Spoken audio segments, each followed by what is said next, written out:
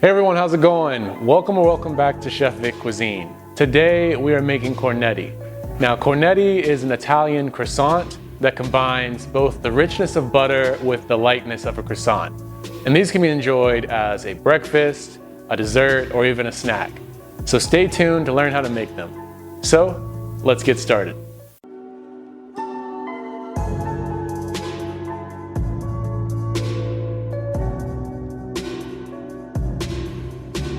Hey everyone, so before we dive into this recipe, can you do me a favor and smash that like button for me? It really helps the channel out. Alright, so in a large bowl of a stand mixer, we want to add 1.5 cups worth of warmed whole milk. And warmed, I mean about 100 to 110 degrees Fahrenheit or 38 to 43 degrees Celsius warmed milk. We're going to follow that up with 1 cup of canola oil, 2 large eggs, 1 egg white,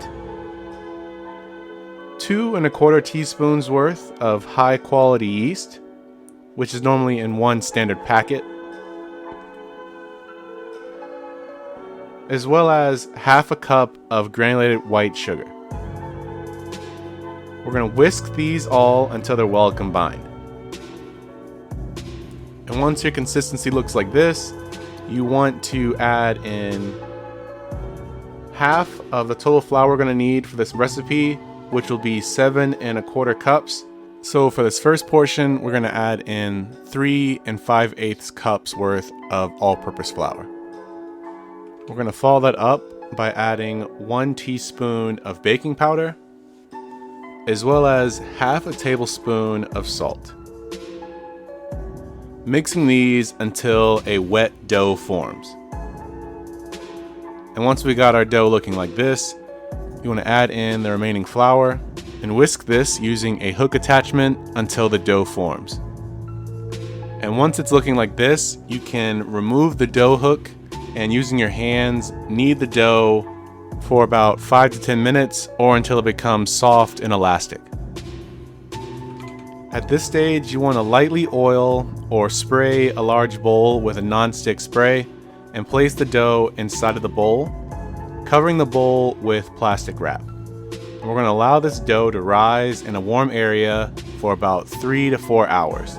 It should double in size by that point.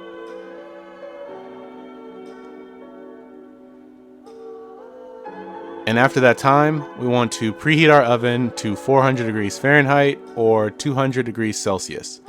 We want to remove the plastic wrap from the top of the bowl and punch the dough down to release the trapped air and transfer the dough to a lightly floured working surface. Here we're going to roll the dough out until it's smooth and divide it into 4 equal portions, forming each portion into a dough ball. We're going to allow these dough balls to rest for at least another 5 minutes, covering them with either a lightly damped cloth or plastic wrap. Each dough ball will create 12 cornetti, so in total we'll have about 48 cornetti out of this recipe. So you can always freeze some of the dough balls in an airtight container wrapped in plastic wrap for future use. So working with 1 dough ball at a time, on a lightly floured working surface using a lightly floured rolling pin, we want to roll the dough out into a large disc that's about 1/4 inch thick, making sure that we flip the dough after every 2 to 3 rolls of the rolling pin, just to make sure that the dough itself doesn't stick to our surface. Once we've got our disc formed, we want to use about 2 tablespoons worth of melted butter. In total for this recipe, we're going to need about 8 tablespoons worth for all 4 dough balls. We want to use that melted butter to brush it evenly across the dough disc. And now, using a pastry cutter or a sharp knife, you want to divide the dough into 12 even slices. And to allow the cornetti to stick to each other towards the end of the rolling process, we're also going to make a 2-inch long cut towards the center of each slice as well. But make sure that you don't cut through the edge of each slice. Now for the folding process, starting from the outer edge of the slice, We want to fold its edges to round them, and then we're going to roll the slice along its own length towards the tip of the slice to form the cornetti. The 2-inch cut that we made before will open up once we wrap it. We're going to repeat this for the remaining slices and then the remaining dough balls that you'll use for this recipe whenever you make it. Once all the cornetti have been formed, we want to transfer them to a large parchment paper lined baking sheet and we want to allow them to rest and continue to rise for 30 minutes, loosely covered in plastic wrap.